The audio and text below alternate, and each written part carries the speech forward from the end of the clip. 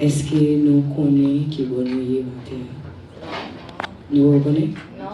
Nous reconnaissons? Non. Ok.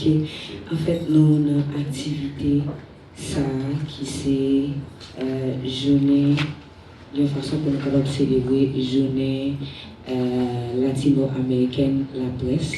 Qui donc nous c'est un bon confrère, un bon conseil la presse qui là jeudi a une façon pour nous capables célébrer journée ça. Qui donc pour nous capables célébrer journée ça nous gain Sofej qui c'est solidarité des femmes journalistes haïtiennes qui réalisait activité ça qui donc non pas moins qui c'est Achille Marimeka et moi souhaiter nous chaque là bien et moi souhaiter nous passer un bon moment côté nous poser ensemble avec intervenant nous matin. Alors pour matin nous allons parler sous thème la journaliste haïtienne face à la problématique des relations haïtiano-dominicaines. Donc pour la donne a bien des sous-thèmes qui a développé et nous allons gagner dans la première partie, nous avons gagné un sous-thème qui c'est la diaspora haïtienne en République dominicaine et la donne a gagné diverses questions qui pourraient décoller et nous allons débattre ensemble avec intervenants nous gagnons matin et première question nous avons gagné en fait dans la première phase et question ça qui a pris partie comme ça. Existe-t-il dans l'imaginaire du Dominicain un péril négro-haïtien? Ça c'est la première question, on a bien pour le débattre sous lui. Et deuxième question, c'est peut-on parler d'une situation de précarité des Haïtiens en République dominicaine en raison du simple fait d'avoir le statut d'Haïtien? Et en dernier lieu, dans la première partie, on a bien dernière question, ça pour nous pas discuter sur lui qui c'est qu'en est-il de la main-d'œuvre haïtienne en République dominicaine et accumulation capitaliste et relative? Pour matin, pour mon qui c'est intervenant nous gagnons, c'est Madame Colette Lespinasse. Madame Colette Lespinasse, c'est haïtienne. Elle a une formation en sciences administratives et une longue expérience en animation et communication sociale. Elle est une journaliste. Elle a collaboré avec plusieurs stations de radio de la capitale dans la réalisation de programmes à caractère éducatif et a publié encore des articles dans des revues nationales et internationales. De 1980 à 1989, elle a travaillé à Radio Soleil.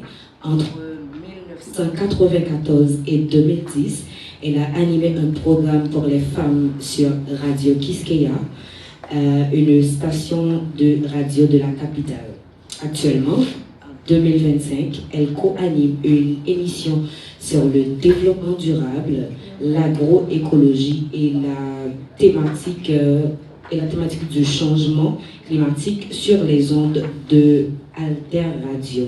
Elle joue également le rôle de correspondante pour la coordination Europe-Haïti, COEH, une plateforme d'ONG européenne qui appuie des activités en Haïti. Plus de ces titres, nous pouvons dire qu'elle est aussi une militante et éducatrice de droits humains et a suivi de nombreux stages et formations en droits humains, tant en Haïti qu'à l'étranger, en particulier sur les droits des migrants et des femmes. À ce titre, elle a beaucoup travaillé dans la lutte contre la traite de personnes, le respect des droits des migrants haïtiens en République dominicaine et la participation des femmes. Elle est membre fondatrice du groupe d'appui aux rapatriés et aux réfugiés GAR, une organisation de promotion et de défense des droits des migrants qu'elle a dirigée pendant 14 ans. Aujourd'hui, elle collabore avec le foyer Maurice Sixto FMS, une institution basée à Carrefour qui lutte contre la domesticité en Haïti et pour le relèvement des enfants qui en sont victimes. De temps en temps, elle donne des consultations pour des... Est-ce que l'association Femmes Journalistes est toujours là? Nous connaissons nos pays côté association faite, association mourie. Par contre, combien il a SOFEJ, mais c'est très important, leur organisation survive et dans le pays Haïti pour vraiment vous féliciter ça. Deuxièmement, dit c'est que moi songé en 1995 à fond bon petit temps. Moi suis allé dans une conférence qui t'a faite dans le cadre de préparation plateforme Beijing et thème communication et participation femmes dans l'espace communication, c'était un thème central du pays. Et en Haïti, il y a un pile engagement qui te prend pour vraiment un effort pour qu'il y ait plus de femmes qui sont présentes dans l'espace de communication. Donc, le SOFEJ continue à exister. C'est signe que il y a un petit effort qui fait dans ça. Même si ces derniers temps, il y a un peu d'inquiétude parce que il y a un bac qu'a fait en Haïti. Il y a de moins en moins de femmes, en tout cas dans ça m'attendait, dans ça m'appouait. Il y a 2 jours, m'attendais radio, m'attendais voix fille du tout.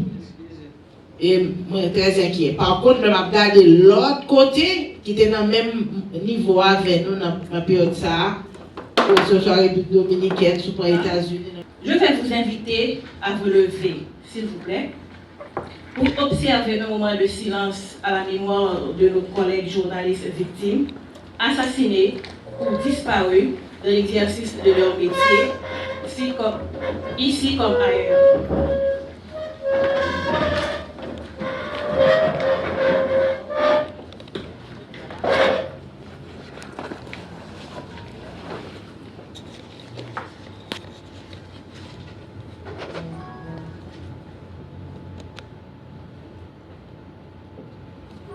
Merci. Merci. Asseyez-vous. Merci à tous. En prélude à la célébration de la journée latino-américaine, nous vous invitons à cette causerie autour du thème « La journaliste face à la situation actuelle ». Okay. Des raisons multiples, dont certaines sont liées à l'histoire récente et inachevée de la société, expliquent la propension de la presse haïtienne à s'embourber dans le sensationnalisme jusqu'à considérer l'information positive comme une caractéristique de la presse partisane, non libre, achetable. Néanmoins, les effets dévastateurs de la désinformation dont sont victimes les journalistes mêmes amènent de plus en plus des interrogations sur la descente en enfer de certaines notions clés dans l'exercice du métier de journaliste en Haïti. Et pour ce, SOFEJ entend préserver la liberté de la presse dans un sens comme dans l'autre, aussi bien contre la presse partisane au service des pouvoirs répressifs qui ont jalonné toute l'histoire de notre pays, que contre la presse sensationnelle qui se fait le chantre de la culture de la destruction de l'autre et qui ne s'engage pas de valeurs éthiques. Dans cette perspective, l'organisation a conçu une stratégie de formation particulière de ses membres en organisant des causeries axées essentiellement sur l'idée qu'il y a des raisons de s'inquiéter d'un monde où l'information serait uniquement positive, monde illusoire. Comme il y a tout autant de raisons de craindre une information uniquement négative qui aurait pour effet de confiner la population dans la peur et l'immobilisme. Le tout positif comme le tout négatif peuvent relever d'une stratégie ou tentative manipulatoire laissant peu de place à l'analyse et au regard critique. Merci et déjà, bonne audition.